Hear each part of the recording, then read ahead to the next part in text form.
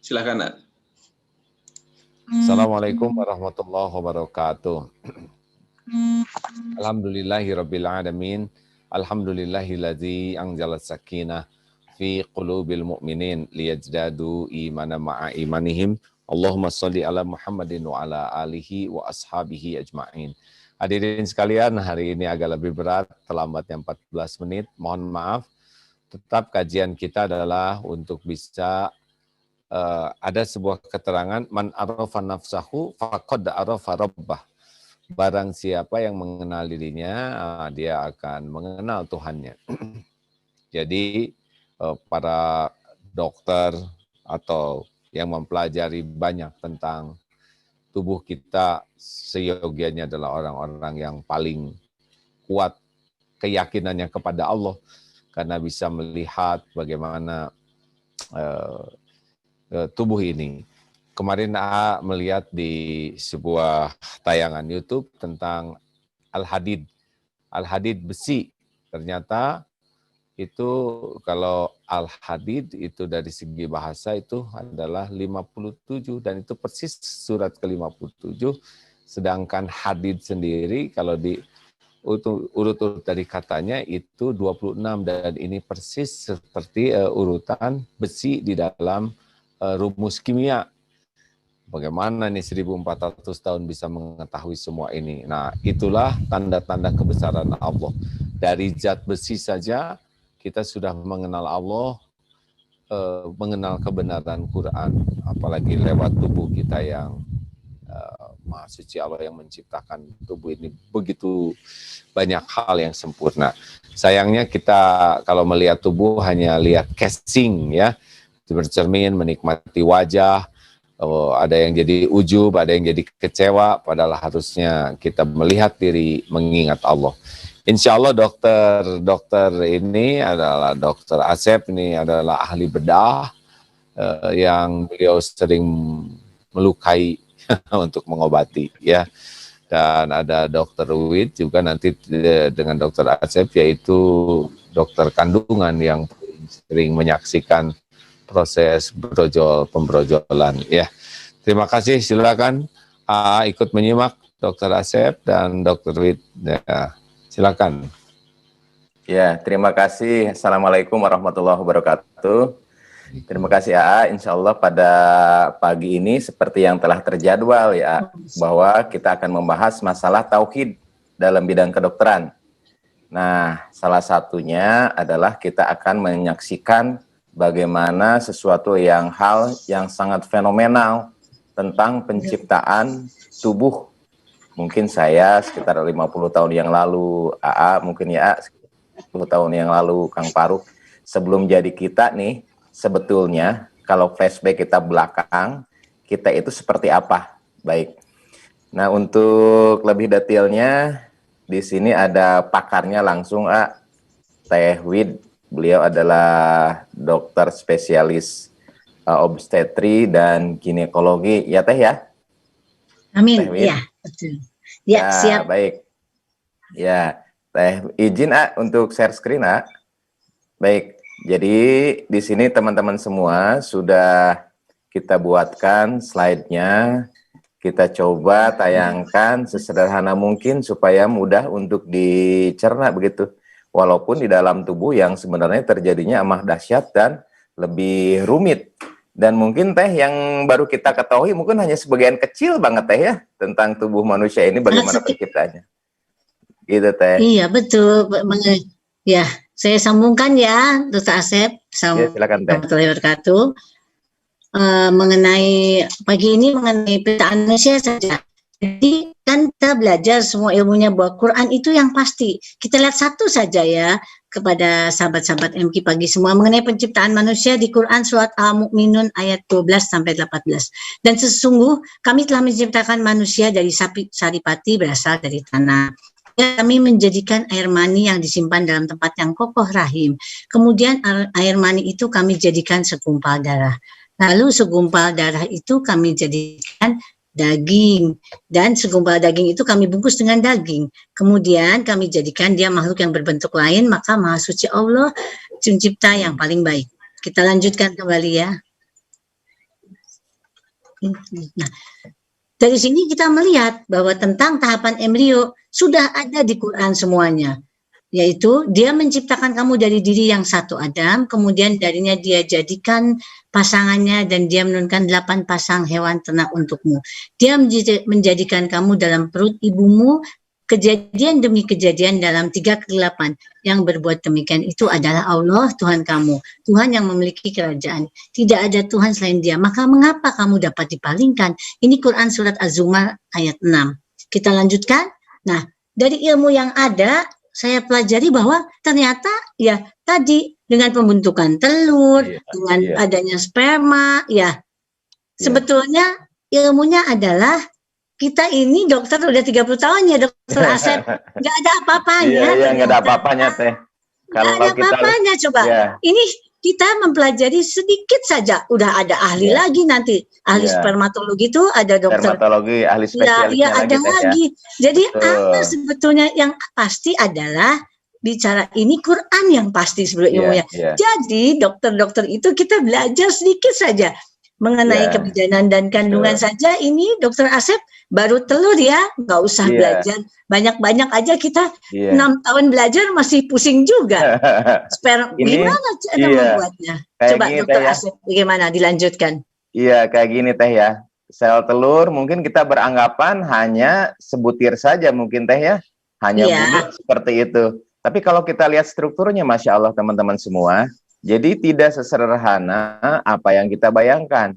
Ketika sel telur itu diproduksi dengan berbagai macam proses, dengan berbagai macam hormon ya teh ya, nanti Teh Wid nanti akan menguraikan. Ternyata di sini juga ketika keluar itu tidak polos. Di sini mengandung kode-kode gen ya di dalam nukleus atau inti begitu. Kemudian di sini juga terkandung bagaimana nanti akan telur itu membekali diri dengan energi. Di sini ada sitoplasma begitu ya. Kemudian juga di sini ada lingkaran putih nih, teman-teman semua, yang disebut dengan zona pelosida. Jadi zona ini nih akan menentukan ketika sperma nih bakal calon kita nih dari ayah kita masing-masing. Sperma ini masuk satu, maka zona pelosida ini sudah akan mengunci. Tidak bisa sperma-sperma lain masuk.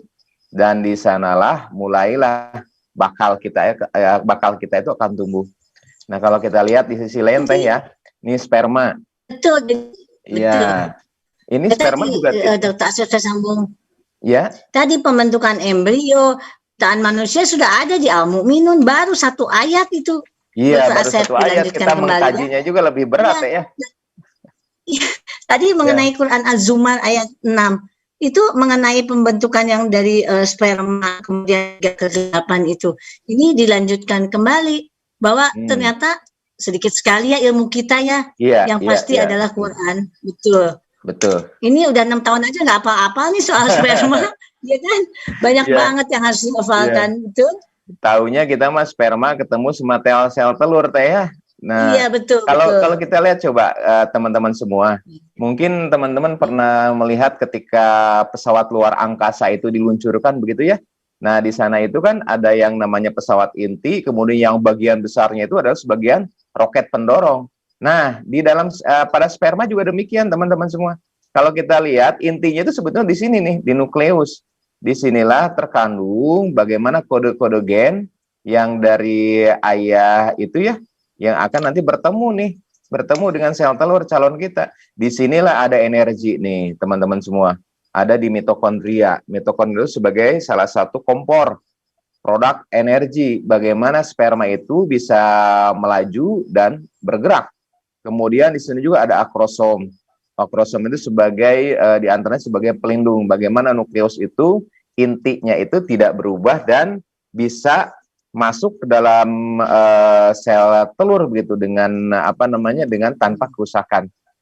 Nah itu teh ya. Nah setelah ketemu, nah mungkin ini fase-fasenya teh ya. Ya ini ada tadi di tahapan embrio tadi diulang mengenai Quran surat Az-Zumar mengenai kegelapan.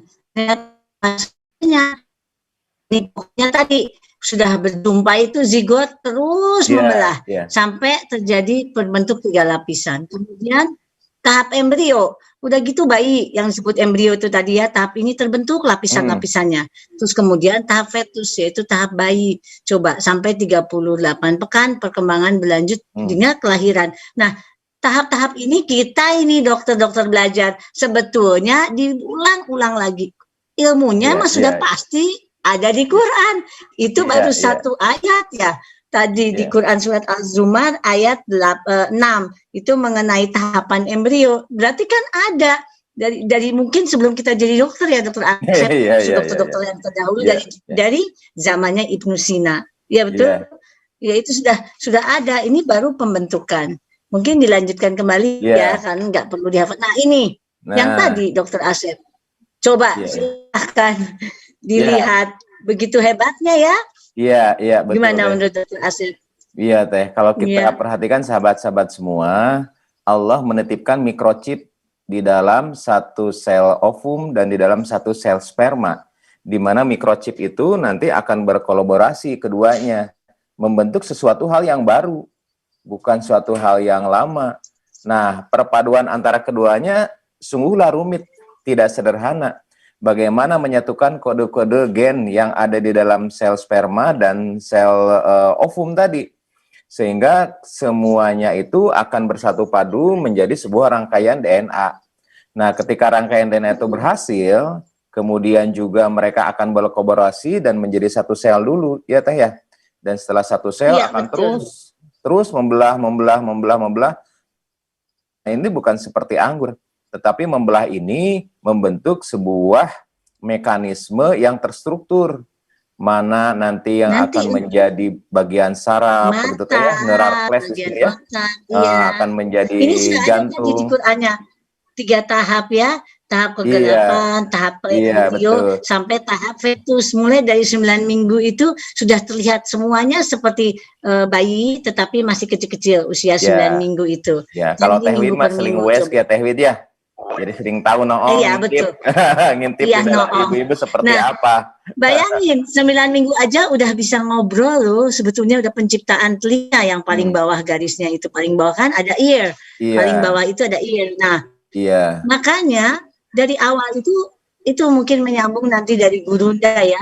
Didengarkan ayat-ayat suci Al-Quran.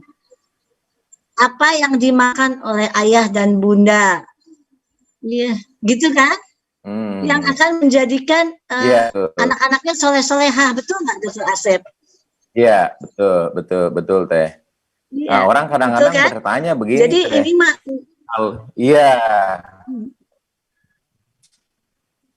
silakan. Iya, kadang-kadang bertanya begini Teh. Katanya kalau yang dimakan misalnya ya makanan bergizi jasad, bahwa manusia itu mempunyai 2 aspek, ada aspek jasad dan aspek ruh. Nah, aspek ruh itu yang terkadang kita ilmunya sangat sedikit sekali, sehingga kita dengar cerita bagaimana buah di air yang mengalir, dia mencari siapa pemiliknya. Agak delay.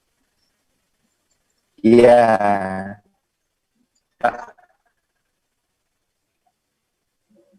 Oh begitu Teh.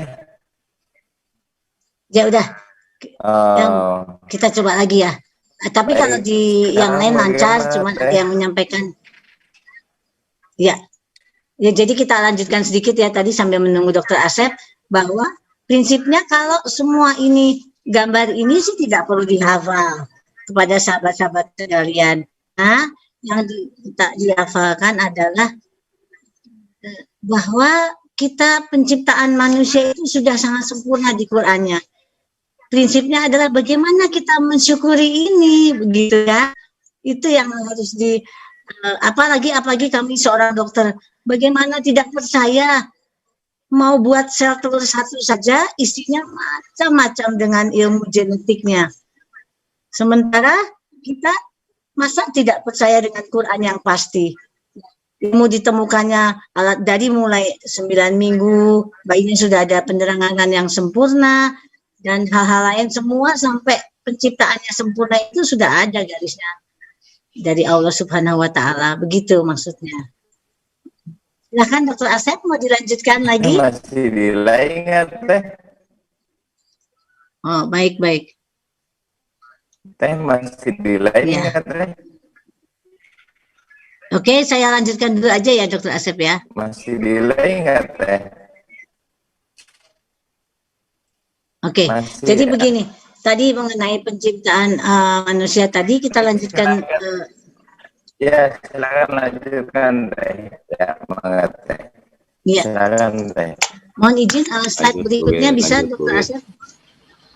Lanjut, Bu. Ya. Iya baik, saya lanjutkan dulu ya Dr. Asep. Ya. Jadi dari sini adalah, nah ini tadi ya diulang lagi mengenai penciptaan embrio itu baru satu tuh tahapan di Quran Az-Zumar ayat 6. Baik, tadi digambar ya, ini secara mudahnya setelah saya USG dari konsep dulu, kemudian ada perkembangan embrio sampai 8 minggu, kemudian perkembangannya setelah 9 minggu sangat sempurna sampai usia 38 minggu. Jadi Allah sudah mengatur tuh matangnya bayi nanti usia 36-37 minggu sampai 40 minggu. Seperti dari Burunda bahwa lahiran itu jamnya, tanggalnya, meninggalnya juga sama. Kadang-kadang kontrol di dokter, sudah mules di perjalanan bukan? Mengkol ke bidan lahir saja. Jadi sudah nggak bisa. Seorang dokter kayak kami walaupun sudah 30 tahun, tidak ada sama sekali yang bisa menentukan. Jadi harus tetap ingat sama penciptanya. Hanya mungkin kalau sakitnya tulang, bukan mungkin, melalui Dr. Asep penyembuhannya. Kebetulan melahirkan bisa melalui saya, melalui ibu bidan, melalui dokter umum yang sudah mempelajari kebidanan, persalinan. Jadi sebetulnya yang pasti apa? Kembali lagi, yang pasti adalah ilmu Quran. Kita ini belajar terus dengan segala, oleh karenanya disebut bahwa ilmu medis itu tidak pasti.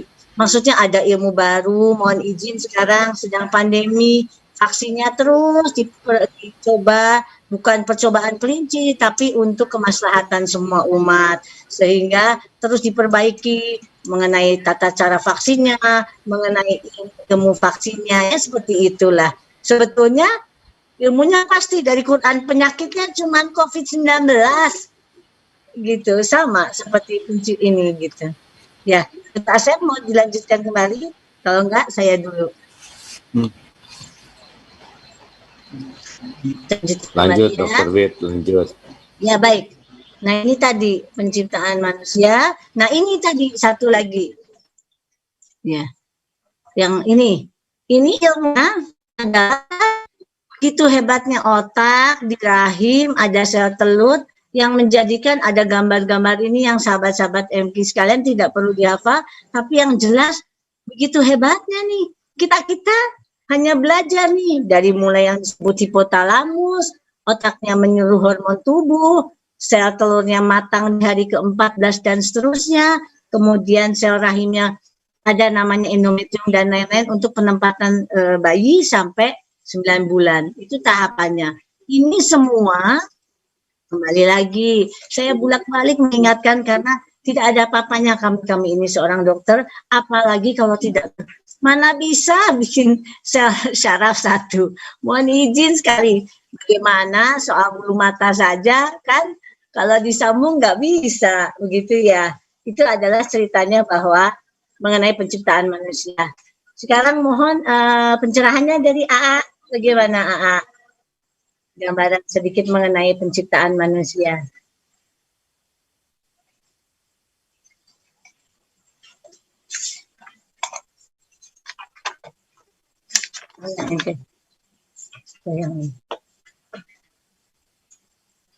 Putus-putus ya. Ya, bagaimana Dr. Asep? Nah, mudah-mudahan bisa lebih baik lagi. sudah ganti jaringan. Baik, teman-teman semua, itu mungkin yang baik. Punten. Saya akan coba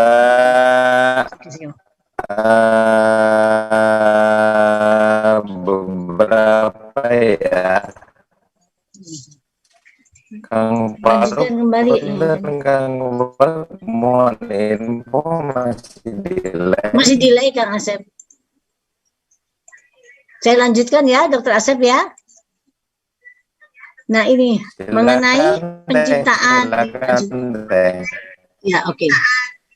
Nah ini tadi sungguh kami telah menciptakan tadi mengenai air mani, kemudian menjadi tulang belulang, kemudian masih Allah pencipta yang paling baik.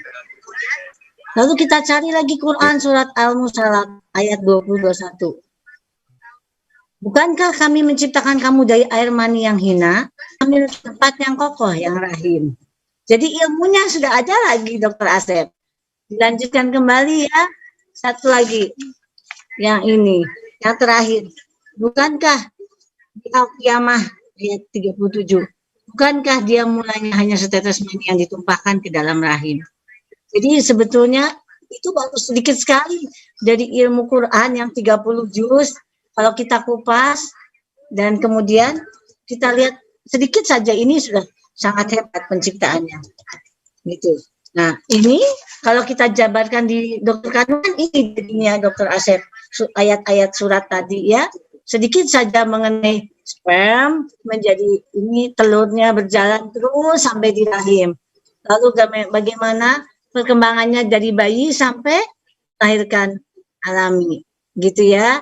Kan ada yang namanya lahir secara sunnah Rasul, ada dicontohkan isi-isi Rasul, sampai ini sebetulnya tata caranya ya ini saja.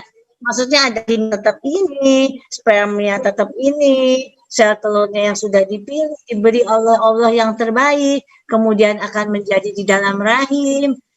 Kemudian dalam rahim ini nanti akan terus sampai berkembang 9 bulan. Nah, dengan ilmu ini sebetulnya ada satu yang saya mau dikatakan adalah mengenai Quran surat Al-A'raf.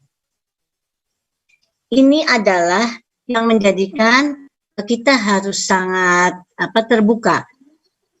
Allah mengetahui apa yang dikandung oleh setiap perempuan, apa yang kurang sempurna, dan apa yang bertambah dalam rahim, dan segala sesuai ukuran sisinya. Jadi dari Quran surat ini sebetulnya kalau penciptaan bayi ini sudah sempurna menurut manusia, ternyata sudah periksa genetik waktu 10-12 minggu, NIPT namanya, analisa kromosom, USG tiap bulan, makanannya sudah sehat. Tetapi ternyata nanti kita ketemu sama bayi-bayi yang sempurna. Padahal tadi di Quran surat Ar-Rod ayat 8 dibalik, bahwa sudah sempurnanya itu Allah ciptakan begini. Ada hal-hal tertentu, mengapa Allah menciptakan yang menurut manusia tidak sempurna, sedangkan menurut Allah sempurnanya begini. Ada untuk kebahagiaan orang tuanya, ada untuk yang mengurus anak-anak difabel, dan yang sombong. Sudah semua ilmunya, USG-nya, udah sampai ke ujung Amerika lahnya, tetap saja Allah yang menciptakan. Apakah yang cacat ini menurut manusia? Menurut Allah sempurna. Ada yang buta, bahwa yang terakhir akan saya sampaikan di sini adalah yang difabel ini udah sangat hebat. Bisa ada yang ikut olimpiade dan dengan semangatnya. Ya itulah rahasia Allah mengenai Quran surat Ar-Rod 8. Jadi nggak ada apa-apanya kalau sudah USG-nya hebat. Apa itu yang dicermati bahwa seorang pasangan ayah dan bunda kalau dengan hamil itu dengan keikhlasannya harus yakin bahwa memang nanti diberikan bayi yang soleh-soleh, apakah dengan keterbatasan, apakah dengan difabel, apakah dengan kelebihannya, harus sangat-sangat bersyukur karena memang yang jalannya saja, di USG oleh Dr. Widya Stuti, di USG oleh teman sejawat, tidak USG lahir oleh para Ji juga aman lancar. Nah, itu sudah ada ketentuannya semua. Hanya dokter-dokter jadi belajar yang difabel, cara mengatasinya bagaimana, untuk yang speech delay, untuk yang gerakannya, untuk yang terbelakangan, untuk yang seperti Down syndrome. Nah, itu adalah hal-hal manusia untuk berikhtiar maksimal, dokternya, keluarganya, orang tuanya, lingkungannya, dan ilmunya satu, harus bersyukur. Begitu ya, dari saya kira cukup segitu. Mangga AA dilanjutkan. Ya, Teh menambahkan sedikit Teh. Mudah-mudahan ini tidak delay Teh. Ini sekarang tidak delay Dokter Asep, bagus. Ya, baik. Silakan. AA, baik. Kalau AA ingat tentang surat Al-Hadid, tadi malam saya sambil melihat slide-nya Teh Wid begitu, saya mencari salah satu tahapan perkembangan. Tadi Teh Wid telah mengatakan bahwa bayi umur 9 minggu itu Teh ya sudah bisa mendengar Teh ya. Bagaimana kan? Sudah ada penciptaan telinga. Ya, sudah terbentuk telinga, sudah terbentuk bagaimana organ itu bisa merespon suara-suara termasuk suara dari luar, sehingga ketika diperdengarkan murotal juga sebetulnya bisa mendengar. Nah, saya teringat di surat Al-Mulk ayat 23. Di sini Allah mengatakan, "Qul huwallazi ansha'akum ja'ala lakumus sam'a wal absara wal afidah." Jadi Allah itu kan menciptakan pendengaran dulu ternyata di sana. Iya. Kalau penglihatan itu baru terbentuk organnya, sedangkan bayi baru lahir saja itu sebetulnya belum bisa melihat. Nah, baru pada minggu kedua itu mensensasi warna, dan pada bulan ketiga bayi itu baru dia itu melihat binokuler, dua mata, sehingga bisa melihat objek-objek yang 3 dimensi. Nah, ketika saya baca surat Al-Mulk ayat 23 tadi, padahal kan itu 14 abad yang lalu, ilmu genetika, ilmu tentang embriologi saat itu belum ada, belum nampak ya. Makanya kalau kata Teh Wid tadi, 14 abad yang lalu sebelum tahu ilmu embriologi, ternyata tahapan-tahapan terbentuknya manusia itu sudah demikian detil begitu. Nah, dari beberapa hal tadi mungkin ini bisa menjadi sebuah renungan bagi kita sahabat-sahabat semua, bahwa ketika sel telur satu, kemudian sel sperma satu, Allah menjadikan membelah, bertemu, kemudian membelah. Ketika bayi itu lahir, maka bayi itu kurang lebih terdiri dari 2 triliun sel. Ada yang mengatakan 26 miliar sel dan lain sebagainya.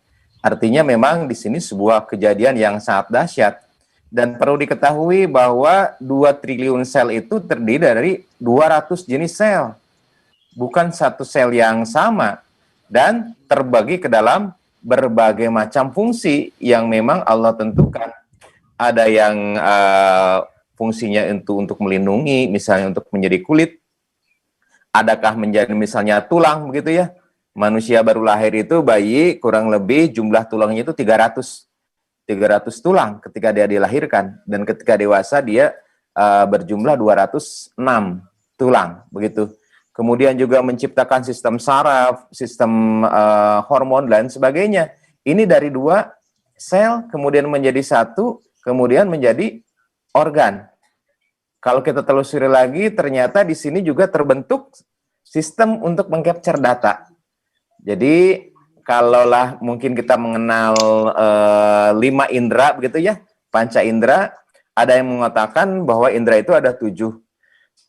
Apakah itu penglihatan, kemudian juga perasa, kemudian juga sentuhan, kemudian pendengaran, kemudian juga pengecap, kemudian keseimbangan, dan proprioception namanya itu untuk gerak begitu. Nah, sahabat-sahabat semua, alangkah dahsyatnya ciptaan Allah ini dari 2 sel menjadi 2 triliun sel yang semuanya itu bukan sebuah seonggok sel berupa timbunan 2 triliun sel, tidak. Semuanya itu bekerja sama lewat jalinan-jalinan yang dikomando oleh sistem komando. Inilah sistem komando. Dan manusia sebetulnya mulai hari ke-120 atau bulan keempat sudah ditiupkan ruh. Dan karena ruh ini adalah pengetahuan tentang ruh kita amat sedikit, maka kita sangat minim akan keilmuannya begitu. Ya, jadi sahabat-sahabat semua, dengan mengetahui betapa dahsyatnya Allah menciptakan manusia dari sel telur dan dari sel sperma, sehingga menjadi bayi yang lahir, yang memiliki berbagai macam organ yang teratur. Tidak ada mata letaknya itu misalnya di abdomen atau di dada. Tidak ada juga otaknya itu letaknya di dengkul. Jadi semuanya tetap di kepala.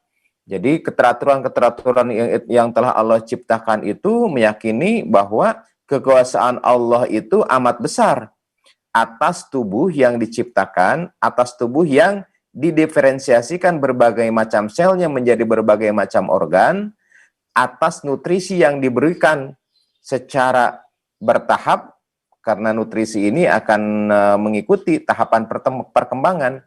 Begitu. Demikian juga yang di dalam kandungan, nutrisinya itu akan berbeda tahapannya dengan ketika keluar kandungan. Nah, Allah itu ternyata telah menguasai hal-hal sampai sedetil ini demikian presisi. Sehingga bagi kita tidak ada alasan untuk tidak meyakini bahwa pengetahuan Allah itu meliputi segala sesuatu. Allah telah menciptakan, Allah telah memelihara, Allah telah mempergantikan sel-sel yang tadi, sel-sel yang rusak, sel-sel yang memang membutuhkan pergantian, tanpa kita harus berdoa. Karena kita sendiri tidak tahu tentang tubuh kita ini. Memang kalau dilihat dari perkembangan embriologi, neural crest atau bakal sel sistem saraf kita itu terbentuk paling dulu. Tetapi karena di dalam di dalam rahim itu belum ada sistem untuk menyimpan data, sehingga kita juga belum tahu apa-apa. Nah, mungkin begitu, kalau kita lihat dari dalamnya mah kurang lebih pengetahuan yang amat minim tentang penciptaan tubuh manusia.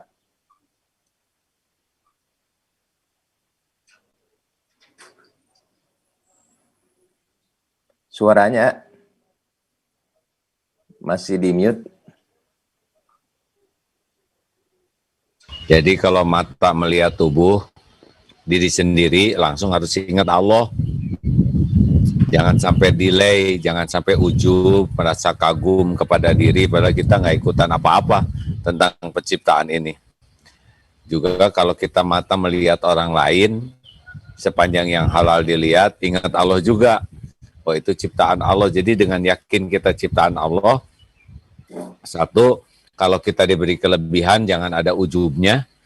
Karena ini semua adalah Allah yang mendesain, Allah yang membentuk, Allah yang mengurus setiap saat. Kalau kita lihat orang lain yang lihat diri ada bagusnya, jangan ujub. Kalau ada kekurangan versi kita pada diri ini, ya kita nggak usah minder, terima saja. Karena ini memang bukan milik kita, bukan didesain oleh kita. Dan pasti ada hikmahnya dibalik yang kita anggap kekurangan. Ini semua milik Allah. Lalu lihat orang lain yang bagus, jangan ada iri dengki, karena mereka pun Allah yang menciptakan. Kalau melihat ada orang lain yang kita anggap ada kekurangan, jangan merendahkan, jangan menghina, karena mereka pun adalah didesain, dibuat, dirancang dengan sempurna oleh Allah. Dan kita harus siap ini Allah melakukan sesuatu kepada tubuh ini. Contohnya Pak Faruk tadi malam jam 1 sakit gigi. Itu kalau gigi Pak Faruk mah nggak usah sakit ya. Sakit gigi itu kan sakit yang paling dramatis ya. Sakitnya nggak bisa diceritakan, tapi jarang yang nengok. Dan juga kalau dikirim makanan, yang makan yang jaganya. Jadi tua kita harus siap, dan tubuh ini belum tentu akan utuh selamanya begini nih. Ada yang bekal pulang duluan, ada yang rambutnya rontok, ada yang giginya copot, ada yang maaf ya tangannya, kakinya, ada yang belum tentu kita meninggal dengan utuh seperti waktu kita lahir. Ada yang pulang duluan di tubuh kita ini, dan kita harus ridho ya. Itulah kilas hikmahnya. Terima kasih para dokter. Baik, selanjutnya tanya jawab, silakan Ustaz. Dok, tulis di tulisan. Ruk, gimana Papa Ruk? Masih sakit gigi? Masih ya. Alhamdulillah. Ya, dinikmati aja ya. Saya nggak bisa bantu sebab dipijit juga makin sakit. Halo, Ya, kita Dok. diam-diaman aja nih. Ya nih, Mari. ada pertanyaan, Silakan. Ada pertanyaan, tapi mungkin ini di luar tema nggak apa-apa ya. Ya, terserah dokter lah. Ya. Ini jamnya dokter lah, bukan jam saya nih. Di sini ada pertanyaan tentang, oh iya, dulu kita kan pernah membahas tentang istinsyak ya, tentang cuci hidung. Waktu itu dulu di RSPAD saya masih ingat ya. Nah, istinsyak. Nah, sudah lama beliau ini, Mama Dandel itu mempraktekkan istinsyak awal-awal langsung kerasa pedas begitu kan, nyerang begitu. Karena itu memang sudah masuk di daerah hidung bagian dalam. Kemudian kepala juga terasa ada apa namanya ketika awal itu ya terasa nyerang gitu. Tapi akhir-akhir ini sesudah menghirup air panjang tapi kok rasa pedasnya itu tidak terasa. Sampai saya ulang-ulang berkali-kali kemudian memang seperti itu. Baik Bu. Jadi ibaratnya seorang perenang ketika dia terhisap air pertama kali itu akan terasa seperti pedas. Itu rangsangan terhadap rongga hidung atau dinding hidung bagian dalam. Tentu tepatnya itu di daerah orofaring dan nasofaring namanya itu. Nah, ketika dia baru pertama kali, maka akan terjadi rangsangan seperti itu. Tetapi andai kata ini terjadi beberapa kali, maksudnya beberapa kali itu bukan dalam satu hari, rata-rata katanya adaptasi itu 14 hari. Kalau 14 hari kita tiap hari melakukan seperti hal itu, maka tubuh akan beradaptasi. Tubuh akan menganggap itu adalah suatu hal yang biasa dan tidak membahayakan. Nah, ini juga pernah mungkin dirasakan oleh para perenang begitu ya. Ketika pertama kali mungkin dulu nyebur, akan terasa pedas. Tapi kalau lama-kelamaan rasa pedasnya itu sudah berkurang atau bahkan tidak terasa sama sekali. Permasalahannya, apakah ini sebagai tanda buruk atau tanda baik? Nah, sebetulnya ketika kita menghirup dan membersihkan, itu tidak ada kerusakan di dalam orofaring dan nasofaring. Tidak ada kerusakan di dalamnya. Cuma sensitivitas terhadap rangsangan terhadap air itu sudah menurun dan beradaptasi. Jadi insya Allah ini tidak berbahaya begitu. Mungkin yang berwudunya bagus, lambat laun tidak ada rasa pedas seperti itu ya, Dok? Iya. Lama-lama kalau dari teori 14 hari 14 hari membiasakan seperti itu rangsangan-rangsangan itu akan menurun dan berkurang. Tapi bagi mereka yang mempunyai penyakit tertentu, saya baca seminggu yang lalu kalau nggak salah, bagi mereka yang memiliki polip di dalam hidung, memang ketika melakukan istinsyak itu kemungkinan akan terjadi perangsangan terhadap polip tadi dan membengkak.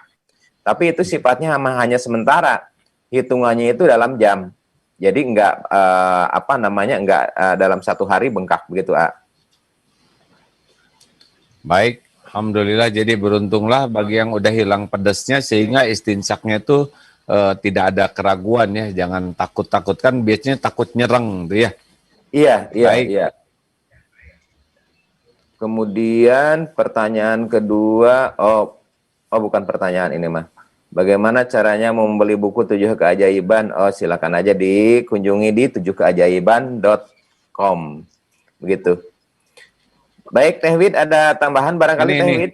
Dokter, apakah kalau memilih melahirkan secara sesar, padahal sebenarnya bisa normal, apakah itu menyalahi fitrah wanita dan bagaimana hukumnya? Nah, ini sebetulnya nggak ada apa-apa, nggak ada kendala, tetapi memilih sesar. Gimana tuh?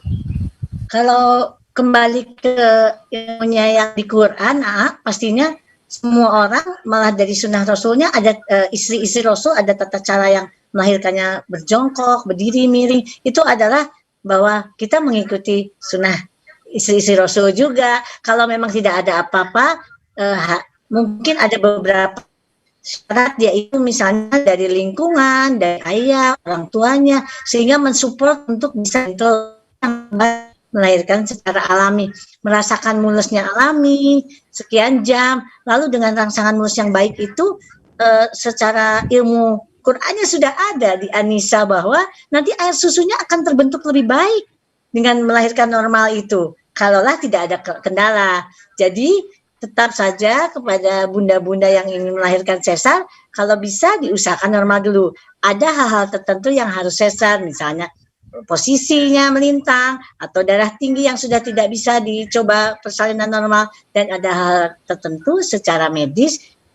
Tetapi kalau bisa normal, sebaiknya normal saja. Kalau untuk rasa sakit dan lain-lain, ada tata caranya. Begitu, A. Itu jawabannya. Terima kasih semuanya. Ini ya lelaki memang ada yang melahirkan ya. Harusnya kita sangat menghargai kepada kaum muslimah yang betul-betul setiap lelaki juga lahir dari para ibu dan perjuangan pengorbanannya luar biasa. Ini terima kasih nih dari Ani kepada Kakak Dr. Asep, Dr. Wid, banyak hal yang kita dapatkan dalam kesempatan ini. Yang jelas terlalu bodoh lah kalau kita melihat tidak kepada penciptanya, dan semuanya, bukan hanya kita ya, tapi termasuk hewan-hewan, pohon-pohon, seisi alam ini. Mata melihat ciptaan, hati kepada pencipta. Hasilnya kita selalu berzikir kepada Allah Subhanahu wa Ta'ala. Ini baru sedikit aja nih ilmu yang disampaikan, betul tidak nih ya?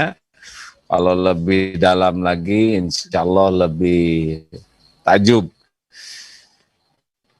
Demikian Selandia Baru, bagaimana keadaan Selandia Baru, bagaimana dakwah di sana, bagaimana semangatnya, mudah-mudahan menambah wawasan bagi kita semua. Ada lagi Dr. Asep, Dr. Rid sebagai penutup? Cukup, A.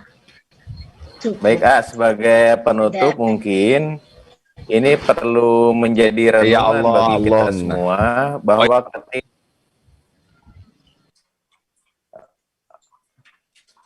bagaimana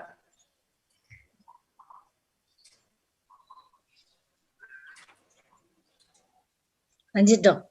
Ya, baik. Lanjutkan, ini Dok. sebagai sebuah renungan. Ketika kita gelisah, ketika kita merasa sesuatu yang memang jauh dari pertolongan, ketahuilah bahwa jauh sebelum kita tahu apa-apa, jauh sebelum kita mempunyai data tentang apa diri kita dan bagaimana kita terbentuk, sistem bagaimana otak itu dibentuk, bagaimana penglihatan, pendengaran itu terbentuk, bahwa Allah telah mencukupi semuanya.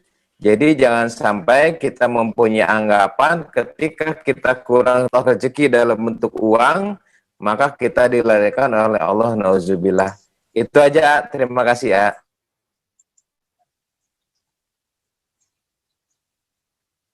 Putus ya. Doa akhir majelis. Oh iya, oke. Baik, baik. Sahabat-sahabat semua, semoga apa yang kita uraikan tadi sebetulnya adalah hanya sebagian dari ilmu Allah yang sampai kepada kita, yang sampai kepada kami para dokter. Semoga ini menjadi sebuah bahan renungan bahwa pengetahuan Allah tentang diri kita lebih mumpuni, lebih tahu, lebih maha tahu tentang diri kita sendiri. Bahwa Allah telah memberi rezeki pada dalam tubuh kita jauh melebihi apa yang kita minta, bahkan jauh melebihi apa yang kita tahu. Kita akhiri saja dengan doa kafaratul majelis. Subhanakallahumma wa bihamdika asyhadu an la ilaha anta astaghfiruka wa atubu ilaik. Wassalamualaikum warahmatullahi wabarakatuh.